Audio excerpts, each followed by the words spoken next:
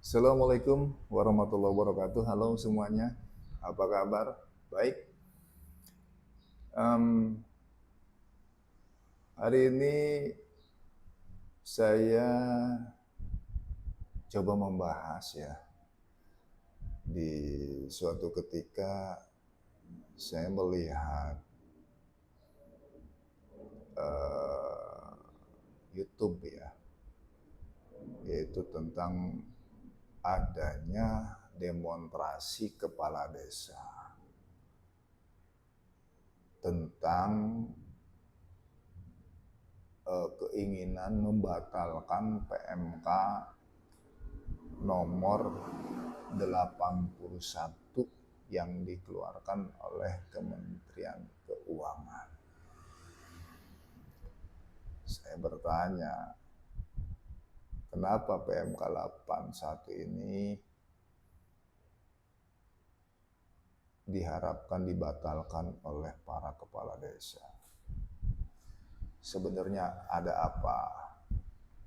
Kemudian saya teringat dulu, kepala desa juga melakukan demonstrasi ya, tetapi pada saat itu adalah berharap untuk diperpanjang jabatannya yang awalnya 6 tahun ya, ingin diperpanjang dengan alasan terlalu dekat pemilihan selanjutnya ya. Dulu kan 6 tahun sekali ya. Dan akhirnya demonstrasi untuk penambahan jabatan kepala desa itu akhirnya dikabulkan. Sekarang menjadi 8 tahun. 8 tahun ya. Jadi menjabat hanya bisa menjabat 2 periode. Dan kemudian pada saat demonstrasi yang tentang PMK 81 ini, saya juga berpikir ini kemungkinan besar dikabulkan. Apa yang diinginkan oleh kepala desa. Akan tetapi pada saat ini sekitar tanggal 22-23 Desember ya 2025 ini, sampai saat ini saya tidak mendengar PMK 81 dibatalkan. Berarti ini luar biasa ini pemerintah pusat ya. Demonstrasi yang dilakukan oleh kepala desa ini ternyata tidak membawa hasil. Yang berharap PMK 81 ini dibatalkan. Kemudian akhirnya saya mencari informasi apa sih PMK 81 ini. Sekilas saya melihat bahwa PMK 81 ini tentang tata cara proses pencairan dana desa yang terbagi dalam 2 tahap. Dana desa itu perkiraan saya kurang lebih 1 miliar ya per tahun, ya bisa kurang bisa lebih, saran 1 miliar per tahun. Dan untuk tahun 2025 ini terbagi 2 tahap. Tahap pertama 60%, tahap kedua 40%. Dan di dalam PMK 81 ini, bila mana desa kalau ingin mencairkan di tahap kedua yang berjumlah 80%, yang berjumlah 40%, harus memenuhi beberapa syarat tertentu. Tentu yang pertama adalah kecepatan pelaporan. Yang kedua, harus sudah terbentuk yang namanya koperasi merah putih yang sudah berbadan hukum. Yang ketiga, adanya komitmen tentang dukungan desa kepada koperasi merah putih. Kira-kira kurang lebihnya seperti itu. Detailnya silakan dipelajari saja di dalam PMK 81 tahun 2025.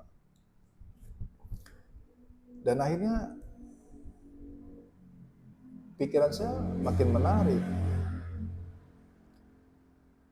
Apa sih sebenarnya dibentuknya koperasi merah putih di desa? Apa urgensinya? Kalau dari kacamata saya bahwa dana desa itu biasanya digunakan dalam hal pembiayaan misalkan yang berbentuk fisik, pemberdayaan, dan lain sebagainya. Ya, yang fisik itu biasanya paving block, drainase, ya macam-macam lah. Ya, beberapa pembangunan di desa terjadi ya salah satunya adanya anggaran dana desa yang bersumber dari APBN atau dari pusat. Karena ada juga dari daerah desa tersebut mendapatkan anggaran PBH dan lain sebagainya. Tapi kalau dana desa itu sumbernya dari pusat atau APBN.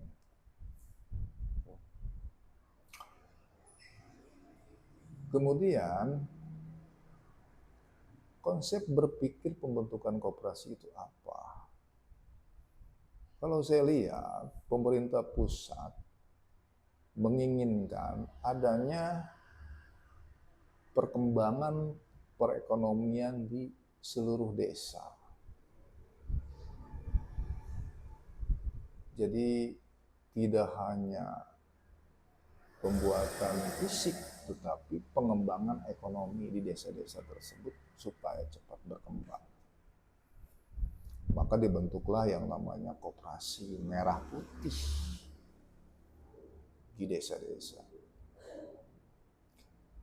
Awalnya saya pesimis, tetapi konsep koperasi merah putih ini ternyata anggarannya adalah meminjam kepada bank nasional ya, Himbara ya. Jadi koperasi itu mengajukan peminjaman atau meminjam modal lah kepada bank. Tentu dengan bunga yang cukup kecil. Akan tetapi harus didukung oleh yang namanya pemerintahan desa. Maka kan setahu saya di dalam dana desa tersebut pun nanti ada seperti jaminan ya 30% anggarannya untuk membackup yang namanya koperasi merah putih. Untuk mencegah bila mana koperasi desa tersebut kesulitan dalam membayar pinjaman dari bank tersebut. Ini menurut saya luar biasa ya, bagaimana pemerintah pusat itu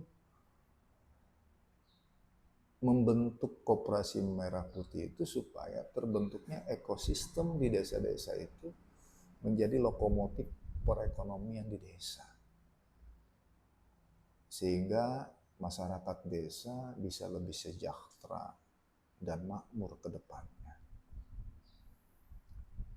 dengan adanya koperasi merah putih tersebut. Dan juga selama ini desa hanya menunggu anggaran, ini diharapkan desa memiliki yang namanya anggaran sendiri yang disebut sebagai pendapatan asli desa atau PAD yang dihasilkan oleh koperasi merah putih. Jadi nanti keuntungan koperasi merah putih dari hasil usahanya itu dimasukkan kepada PAD sebanyak 20%. Nah, ini kan bisa bertumbuh terus. Sehingga suatu ketika desa memiliki anggaran yang cukup untuk menghidupi desanya sendiri. Ini luar biasa. Kemudian bagaimana bentuk pemberdayaan di desa seperti BUMDes? Dia tetap berjalan. Ya. Jadi pemberdayaan di desa atau BUMDes pun menekankan kepada peningkatan ketahanan sandang, ya, pangan, ketahanan pangan.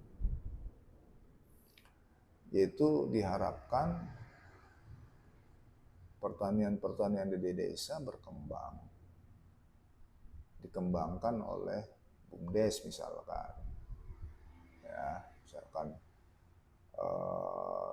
menanam jagung, padi dan lain sebagainya, itu silakan dijaga oleh yang namanya BUMDes. Nanti bila mana panen, nanti dibeli oleh koperasi merah putih di desa tersebut. Itu luar biasa konsepnya. Sehingga perputaran uang terus menerus dari desa untuk desa. Dan bila mana hasil desa tersebut itu overload, itu kan bisa dijual ke desa sebelahnya, ke desa yang lainnya. Jadi kemandirian yang diharapkan oleh pemerintah pusat terhadap desa ini sangat diharapkan.